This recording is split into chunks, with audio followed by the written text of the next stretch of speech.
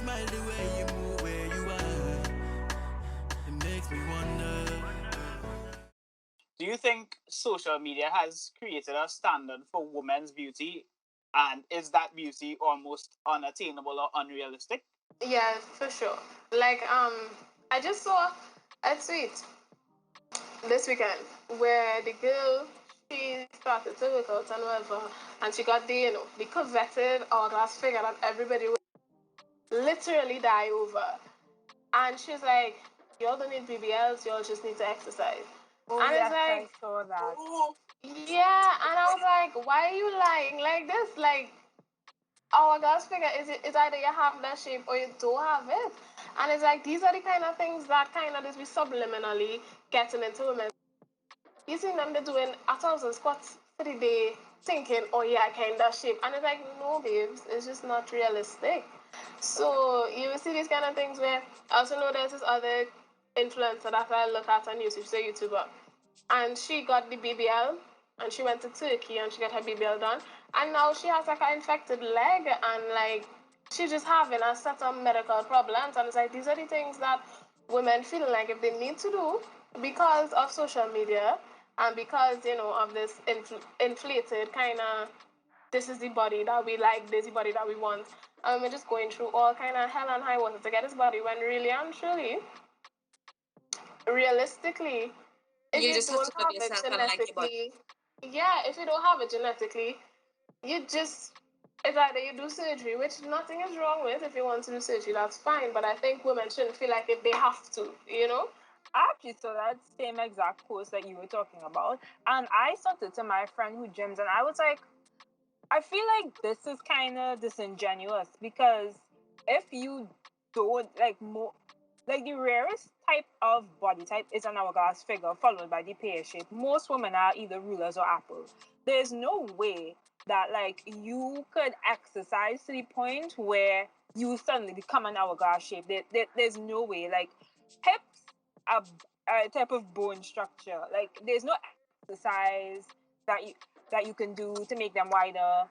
If you're top heavy, there's really like you may lose weight and that may help, but like I feel like a lot of people have a lot of unrealistic expectations about their bodies because of social media. Like there is really you can't run from genetics aside from surgery. And to me, I personally feel like it's really scary to because surgery in itself is very scary when you think about it, and to do it for a cosmetic reason. If people are okay with it, that's their personal choice, but it's still surgery and it's very scary to think that like people feel so bad about how they look because of social media that they are willing to give themselves that medical risk that should not that isn't really necessary. And even with like gym, a lot of people still have unrealistic expectations, which could lead them down a bit of an unhealthy path where they're kind of like chasing this unattainable goal, where like the whole fitness craze becomes kind of obsessive in a very unhealthy way. Like they'll be like, okay, I need to work on legs, I need to fix this, and then after one that's okay, I need to fix my stomach, okay, and then it's just a very unhealthy cycle of being unhappy with yourself. Like just like Rachel said, like you just never be satisfied, and you just keep chasing all these other body goals by looking at these Instagram models who do in fact face tune, who do in fact get surgery, who do in fact Photoshop. So really, comparison really is the thief of all joy. I don't know if this is just me. This might be something in my mind, but I also feel like if you go get this surgery, blah, blah, blah. If you're not feeling yourself on the inside, even after all the surgery, you're still not going to be feeling yourself. You're going to constantly be feeling like you're going to need something else. You can still do this. You can still do that. Like there's always something to improve on. And people always like aiming for this kind of next level, or like you're looking at profiles, comparing yourself. Oh yeah, she has this. And it's not just the way that you look as well. They're looking at clothes. They're looking at hairstyles. They're looking at everything. And this comparison can be so draining for people. It could be so detrimental to the way that you feel. And I don't know, man. Like, unless you really and truly just feeling okay within yourself, you're gonna go on social media all the time and feel like you're just taken away from your soul, and from it's gonna be constantly draining to yourself. You need to really just face that battle and face that demon that you're going on there to deal with, because it'll be horrible for yourself. I feel sorry if I could give other 2 cents from the outside. I'm not trying to live in women's business. I know this is kind of a weird area, especially with the topic that's going on. I got the picture, and what I want to add to what you all said, that genetics plays such an important role. Being in sports, we would usually have like the same regime when it came to like fitness, not like the same exercise we're doing or what different parts of our bodies we're going to work on. And you would do a very brutal exercise and a good like that and whatnot, and you will get the best form of the body that your body can allow. For example, my friend and I were doing a really good workout challenge that they had on social media, and I struggle to do chest, but like that's supposed to be one of the things that come out of it. Just like he kind of really gain like calves and legs and whatnot, and we work hard and etc. At the end, genetically, our body just we look good and we look better, and we start off with. But we didn't look the same. We didn't look at the goals that we're trying to get, and that's because like your body has it's like a blueprint that's naturally going to follow. And outside of that, you're gonna have to do like go to the extremes like surgery or like like do real extensive work. That's one thing I think we should like. It should become so like should be common knowledge that just working out would not give you this particular shape or this body image. And the next thing is I believe that surgery is still too taboo. I feel as if it needs to be. I mean, it's already. If it's kind of running take, it needs to be normalized in all sense where like you can discuss it, but not like normalized like if you can't get what you're looking for. So like don't just be like, well yeah, I get this body tight and right and do it. No, be like, no, I went and do this surgery. And this is what happened. These were the risks. This was my process. What the recovery was like, how much pain I was in, how expensive it was in, the risk, what I wish I didn't do, what I wish I knew. And do do your surgery and then appear like you live in a gym. And they come back out. And yeah, because like that happens. Folks about that happening locally, I know people who went and do whatever and then live in the gym and saying now all of a sudden.